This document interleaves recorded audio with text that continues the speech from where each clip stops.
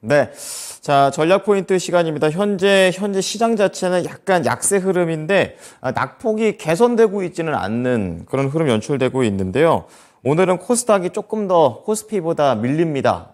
지금 0.3, 0.6% 이렇게 각각 하락을 하고 있는 모습인데요. 좀 자세하게 신상원 전문가의 의견을 좀 들어보도록 하겠습니다.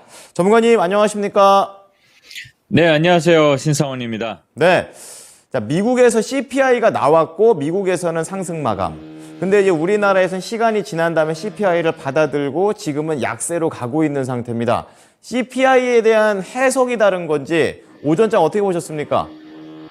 그러니까 네, CPI를 크게 기대를 안 하지 않았을까 그렇게 생각을 합니다.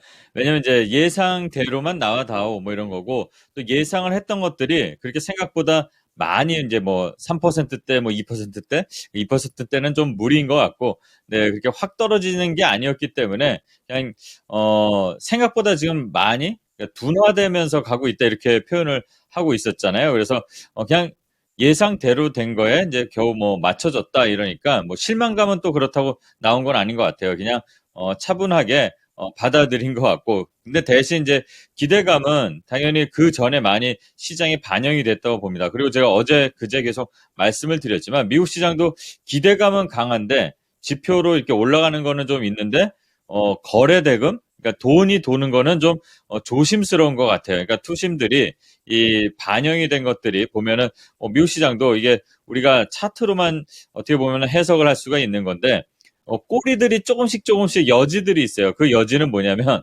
갈 거는 같은데 예, 좀 뭔가 확실하지 않다. 그러니까 우리도 다 예상은 하잖아요.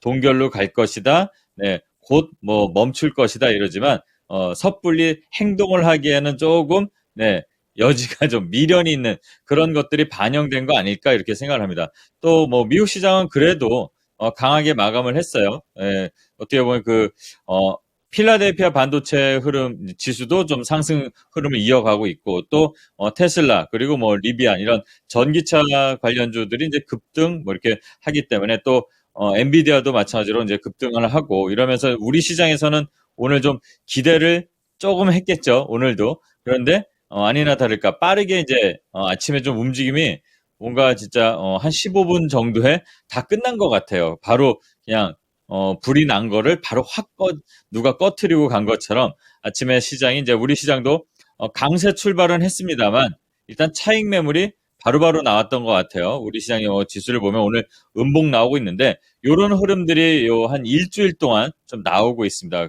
계속 말씀드리지만 저 밑에서부터 계속 외국인 수급들이 받쳐져 있다고 하더라도 네, 뭐 단순하게 생각을 해서 한 6개월 전에 들어와 있던 애들은 당연히 차익 실현을 하고 싶지 않겠습니까? 이렇게 많이 올라왔는데 우리 것들, 그러니까 우리 개인 투자자들이 볼 때는 좀 부족한 게 더 많고, 네, 그렇지만 구간별로 끊어보면은 상당히 기회도 있고 빠르게 움직였던 차익에 대한 욕구가 강한 물량들이 있었을 겁니다. 근데 뭐 긍정적인 거를 찾자면 그래도 많이 쏟아져 나오진 않는다. 아직까지는 시장을 받쳐주는 수급들이 있다는 게 좀 긍정적인 것 같고요. 또 아이러니컬하게 생각을 하자면 환율이 좀 내려가기를 좀 바랬었는데 오히려 환율이 1300 아래로 내려오니까 네, 오히려 조금 지수만 빨간불 그리고 지수만 뭐 2640 이렇게 좀 무늬만 좋게 보이는 거고 실질적인 흐름들은 그렇게 효익이 없다 이렇게 표현을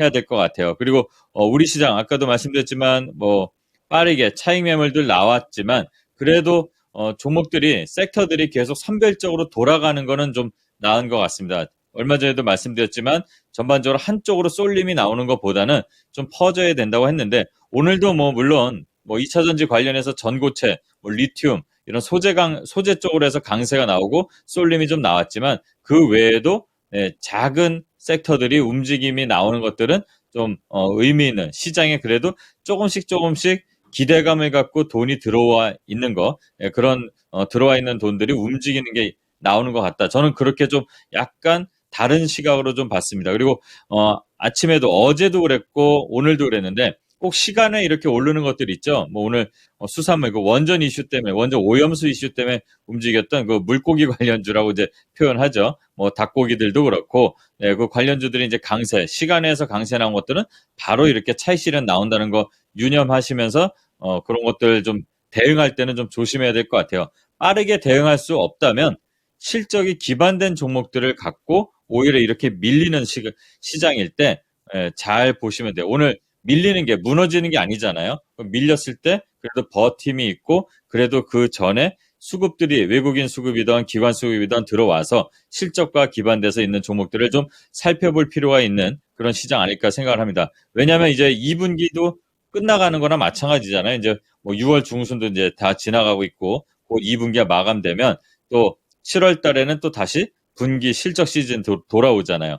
그럼 지금 1분기 어제 이제 증권사 얘기를 잠깐 드렸습니다만 1분기 실적을 저점 찍고 2분기 또는 반대로 4분기에 찍고 1분기에 개선되는 이런 기업들이 꽤 많을 겁니다. 그런 애들을 좀 찾아보면 반도체도 그렇고 2차 전지도 그렇고 2차 전지는 수주가 계속 쌓이고 있잖아요. 그런 종목들 지금 이럴 때 오히려 찾아보는 게 더 낫다 이런 말씀 드리고 또 조선주 관련해서 좀 얘기를 드렸었죠. 오늘도 조선주 HASD 엔진이라든가 뭐 성광밴드 조선 기자재 흐름들은 좀 견조합니다. 그리고 눈여겨볼 게 어제도 이제 잠깐 뭐 말씀을 드렸습니다만 여행 항공주를 볼 때 앞으로 이제 휴가 시즌도 있고 휴가 시즌 7, 8월 끝나면 뭐 추석 연휴도 있잖아요. 그러면은 예약은 물론 여행사로 하지만 제가 이제 뭐 지난주에도 뭐 말씀을 드렸고 그랬는데 네, 여행주보다는 항공 쪽을 먼저 보시라고 말씀드립니다. 네, 코로나 기간 동안에 그래도 개선을 하려고 노력한 쪽은 저는 항공주라고 봐요. 뭐 티웨이 같은 경우 장거리도 좀 도전하려고 하고 제주항공도 마찬가지로 화물까지도 캐시카우를 넓혀가고 진에어도 그렇고 이렇게 좀 개선을 해서 더 코로나 이전보다 더 발전을 할 수 있는 그런 모습을 보이는 곳은 저는 여행보다는 항공이라고 봅니다. 여행주들은 좀 소비자를 조금 약간 오버해서 말씀드리면은 조금 기만하는 그런 영업도 하고 그러면서 예전하고 별 차이가 없는 것 같아요.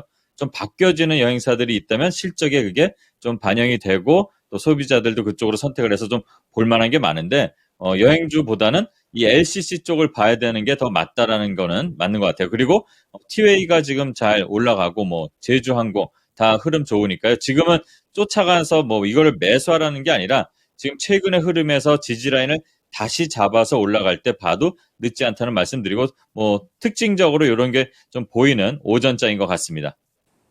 네.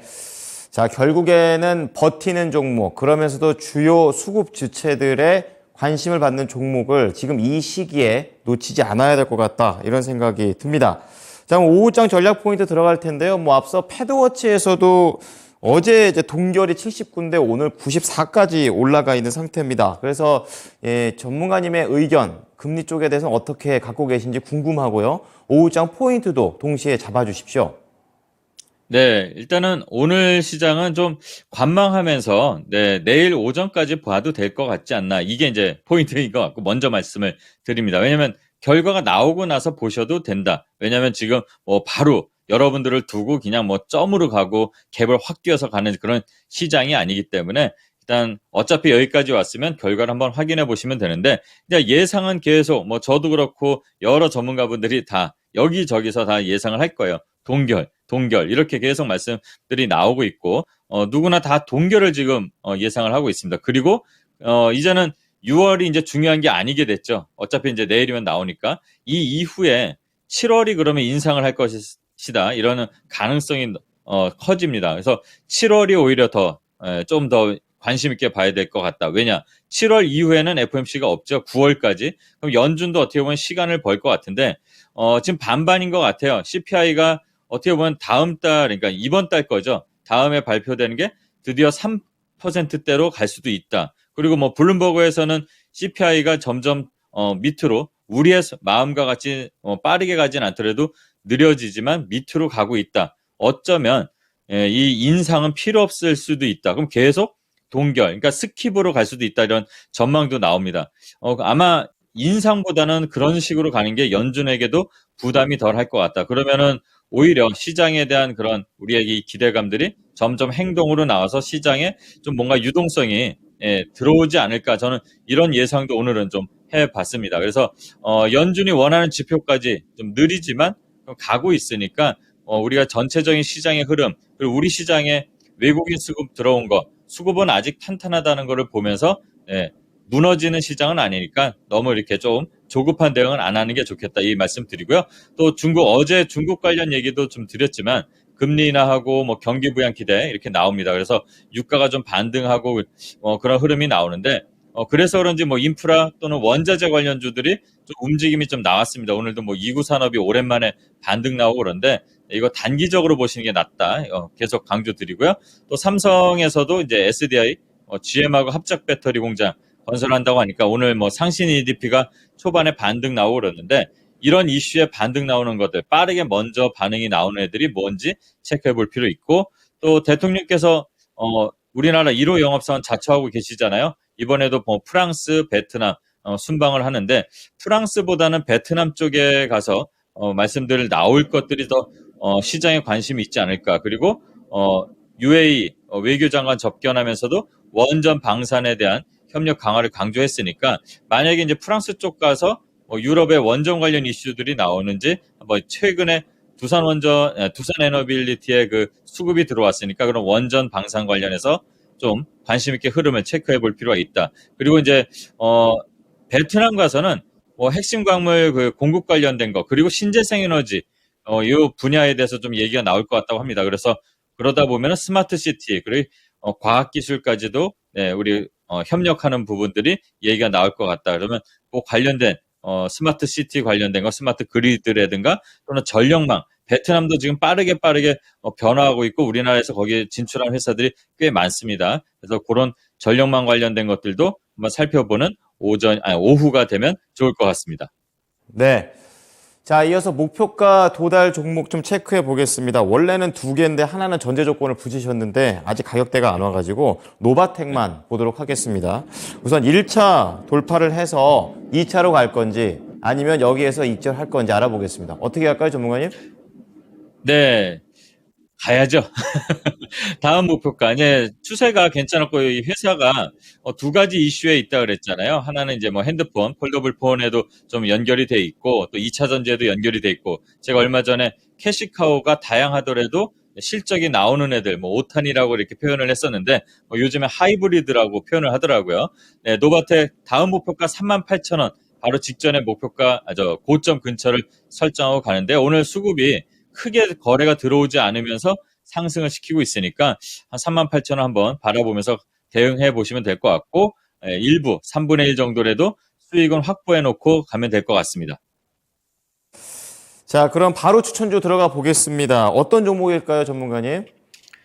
네, 이수 앱지스라는 종목, 바이오 기업입니다. 개인적으로는 제가 바이오하고는 이렇게 궁합이 잘 안 맞았었는데, 자, 이수그룹 계열의 네, 바이오 회사고요. 예전에 또 제 고객사였기 때문에 또 애정이 가는 종목인데, 최근에 이 기술적인 차트 흐름을 보게 되면 거래가 한번 들어오고 나서 네, 저점을 만들고 있고, 또 이평선들도 이제 다시 정별로 갈 준비를 하러 가는 초입에 있다고 봅니다. 아직 확실하게 골든크로스가 나오진 않았는데 역대 1분기 최대 실적을 기록했다고 합니다. 그리고 적자폭을 축소하고 있습니다. 재무제표상 아직 빨간불이 많긴 한데 그런 부분들도 좀 감안해서 좀 봐야 될 것 같고요.